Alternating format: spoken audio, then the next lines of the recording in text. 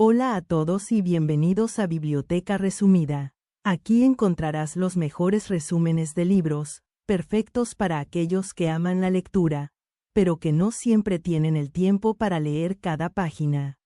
Si te gusta el contenido, no olvides suscribirte al canal para no perderte ningún resumen. Vamos a empezar. Resumen de la tiranía del mérito de Michael J. Sandel. Prólogo. La pandemia del coronavirus puso al descubierto no solo una falta de preparación sanitaria, sino una carencia aún más profunda: la fragilidad moral de Estados Unidos. La incapacidad del país más rico para ofrecer mascarillas, test o coordinación eficaz reveló la desigualdad estructural y un tejido social resquebrajado por décadas de desconfianza y polarización. El eslogan, "Todos estamos juntos en esto", sonaba hueco en una sociedad donde los privilegiados podían trabajar desde casa mientras otros arriesgaban su salud en supermercados, hospitales y rutas de reparto. Sandel subraya la paradoja de una solidaridad obligada por la separación física. La globalización, conducida por la lógica del mercado, había desconectado a los ganadores de los perdedores, haciendo que los primeros perdieran el vínculo con su comunidad. Ya no dependían de sus conciudadanos como trabajadores o consumidores, y por eso también perdieron el sentido de responsabilidad compartida. Quienes triunfaron en la economía globalizada comenzaron a ver su éxito como merecido, producto del esfuerzo y el mérito, mientras que el fracaso se atribuía a la falta de talento o compromiso de los demás. La pandemia, al desnudar la interdependencia humana, ofrecía también una oportunidad para repensar el sentido de comunidad y la política del bien común. Introducción. Conseguir entrar. El escándalo de las admisiones universitarias en 2019 sacudió a Estados Unidos. Padres adinerados, incluidos famosos, habían sobornado a entrenadores y manipulado exámenes para garantizar que sus hijos ingresaran en universidades de élite como Yale o Stanford. William Singer, cerebro del fraude, ofrecía una puerta lateral para entrar en esos centros: puntuaciones manipuladas, credenciales deportivas falsas, fotos con Photoshop. El país entero reaccionó con indignación.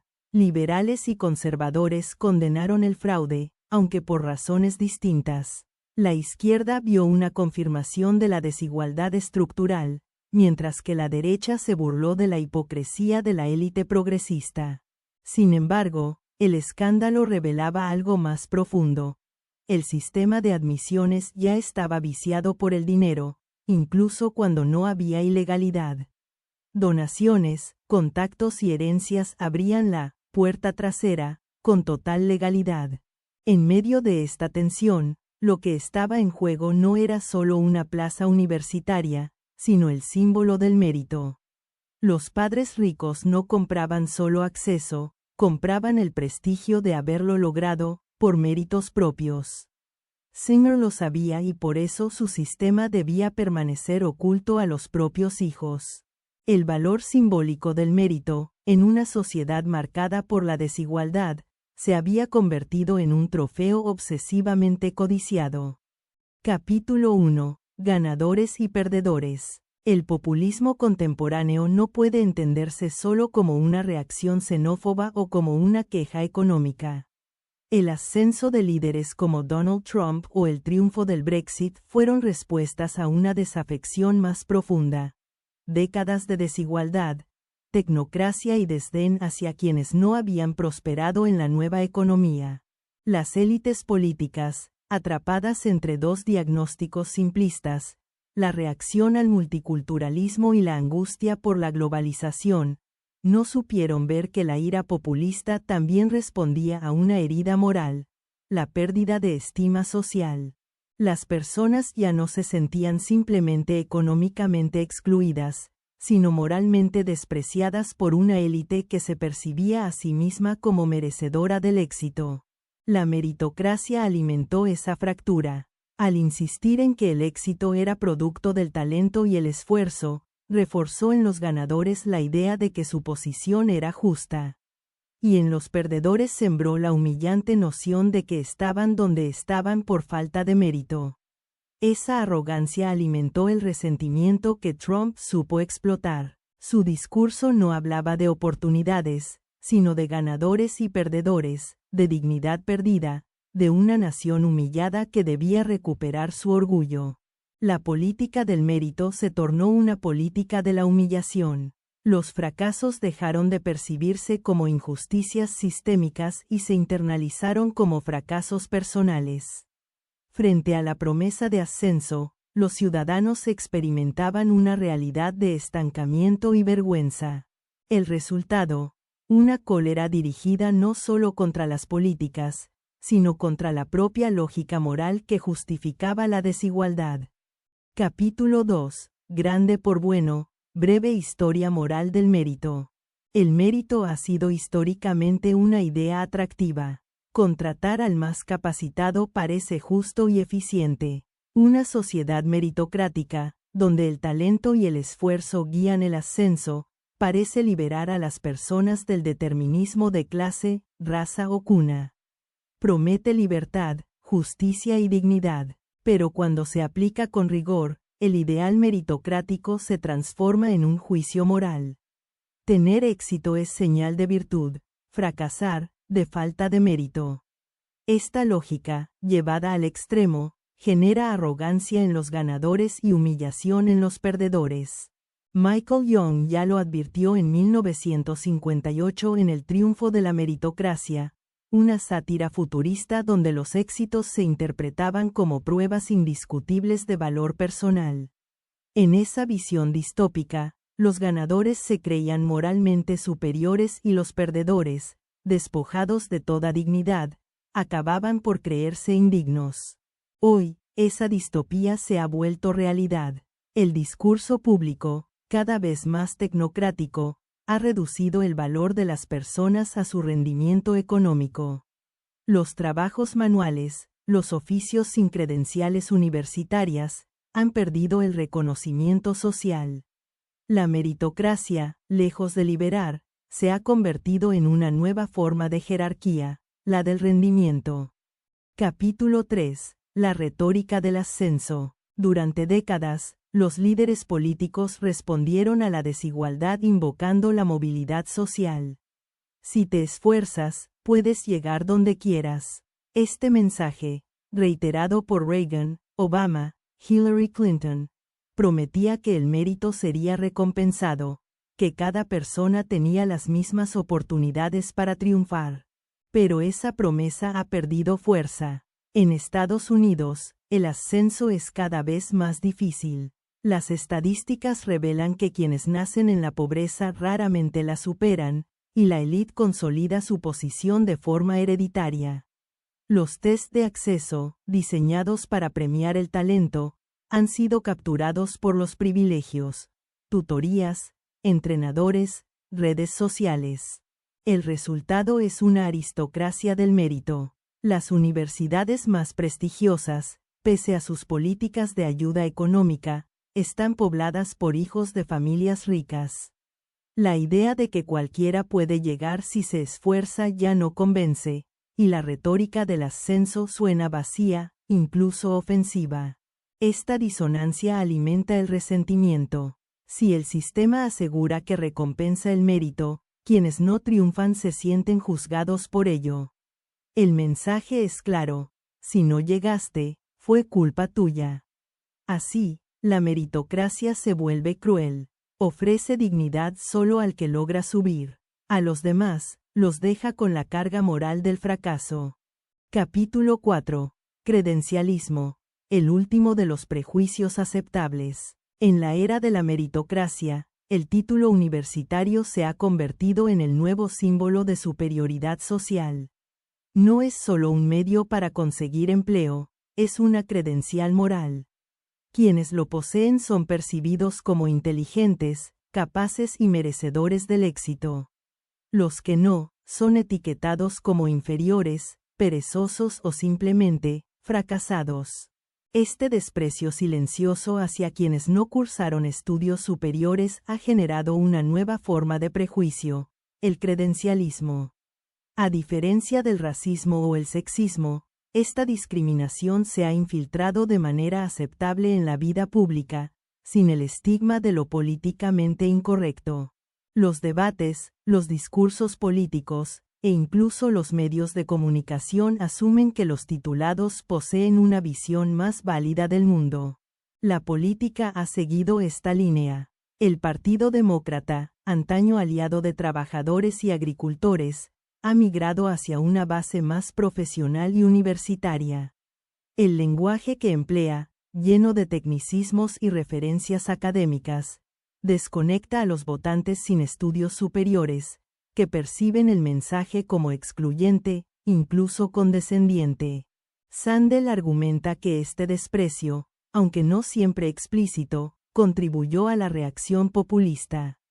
La educación se convirtió en una frontera simbólica. Tener título es pertenecer a la élite, no tenerlo es estar fuera.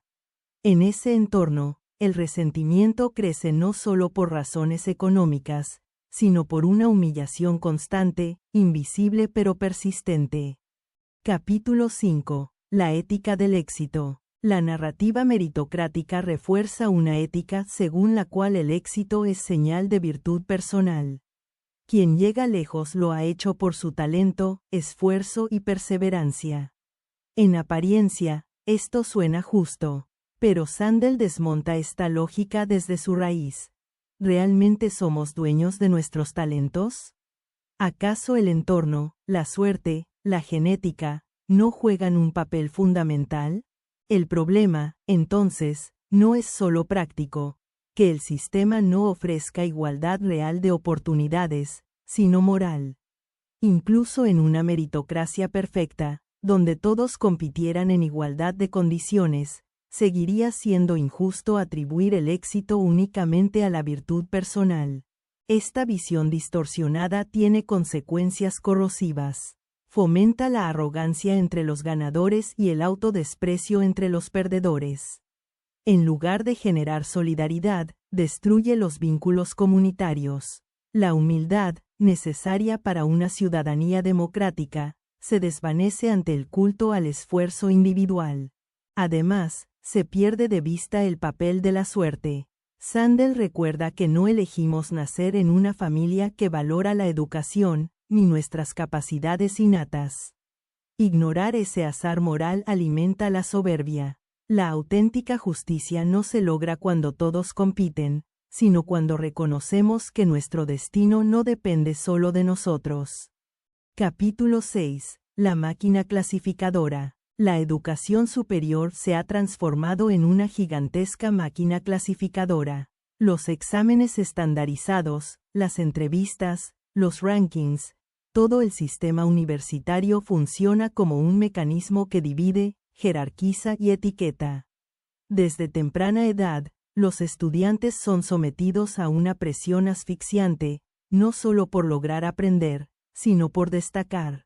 En este contexto, los adolescentes de clase media alta viven atrapados en una carrera interminable de rendimiento, actividades extracurriculares y comparaciones. La ansiedad y la depresión se disparan. El aprendizaje deja de ser una experiencia enriquecedora para convertirse en una lucha por no quedar atrás. El premio, una credencial universitaria que garantiza posición y respeto. Pero esta competencia no es justa. Quienes parten con ventaja económica cuentan con recursos para pagar tutores, actividades, preparación de exámenes. Así, el mérito se vuelve una ilusión. No premia solo el esfuerzo, sino también el privilegio. Lo más irónico es que, incluso quienes ganan, lo hacen a costa de su bienestar mental y emocional. Sandel sugiere que esta lógica es perjudicial para todos. A los ricos les impone la ansiedad del rendimiento, a los pobres los excluye con elegancia. La máquina clasificadora, diseñada para promover la excelencia, termina produciendo desigualdad, estrés y resentimiento social. Capítulo 7. Reconocer el trabajo. Durante décadas, las sociedades han desvalorizado el trabajo manual y no académico. La narrativa dominante glorifica los logros profesionales ligados a la educación universitaria y desprecia las ocupaciones ligadas al esfuerzo físico o al servicio. Esto no solo genera desigualdad económica, sino una herida en la dignidad. Sandel reivindica la necesidad de reconocer el valor del trabajo en todas sus formas. No se trata solo de remuneración, sino de respeto. En la pandemia, fue evidente. Mientras muchos profesionales trabajaban desde casa, los repartidores, cajeros, enfermeros y conductores mantenían el mundo en marcha. Sin embargo, su esfuerzo rara vez es reconocido como meritorio. El autor propone una redefinición de la estima social. No todo valor debe pasar por el filtro académico. El cuidado, la entrega, la destreza manual, el compromiso con la comunidad también son formas de excelencia. Una democracia saludable necesita que todos sus ciudadanos sientan que su trabajo importa y que su contribución es valorada. Este cambio no puede ser solo retórico. Implica revisar el modo en que organizamos la economía, en que distribuimos las recompensas y en que educamos a las nuevas generaciones. El respeto no puede depender de los diplomas, sino de la contribución real al bien común. Conclusión: el mérito y el bien común. Sandel concluye su obra con una propuesta ética y política: dejar de lado la obsesión por el mérito individual y construir una cultura del reconocimiento mutuo. La política debe recuperar el lenguaje moral, hablar de justicia, de dignidad, de comunidad. La igualdad de oportunidades no basta si no cuestionamos qué recompensamos y por qué. Una sociedad justa no es aquella donde todos pueden competir, sino aquella donde cada persona, sin importar su posición, es valorada y respetada. Para ello, es necesario recuperar la humildad, recordar que la fortuna, el talento y las circunstancias son en gran parte azarosas. Y que nadie, por exitoso que sea, lo ha conseguido solo. Frente a la lógica de la competencia, Sandel propone una lógica del cuidado y del compromiso cívico. La democracia necesita menos meritocracia y más gratitud. Necesita ciudadanos que no miren con desprecio a los demás, sino con reconocimiento. Solo así podrá reconstruirse una política del bien común que esté a la altura de los desafíos del siglo XXI. Y hasta aquí el resumen de hoy en Biblioteca Resumida. Espero que te haya gustado y que te animes a leer el libro completo.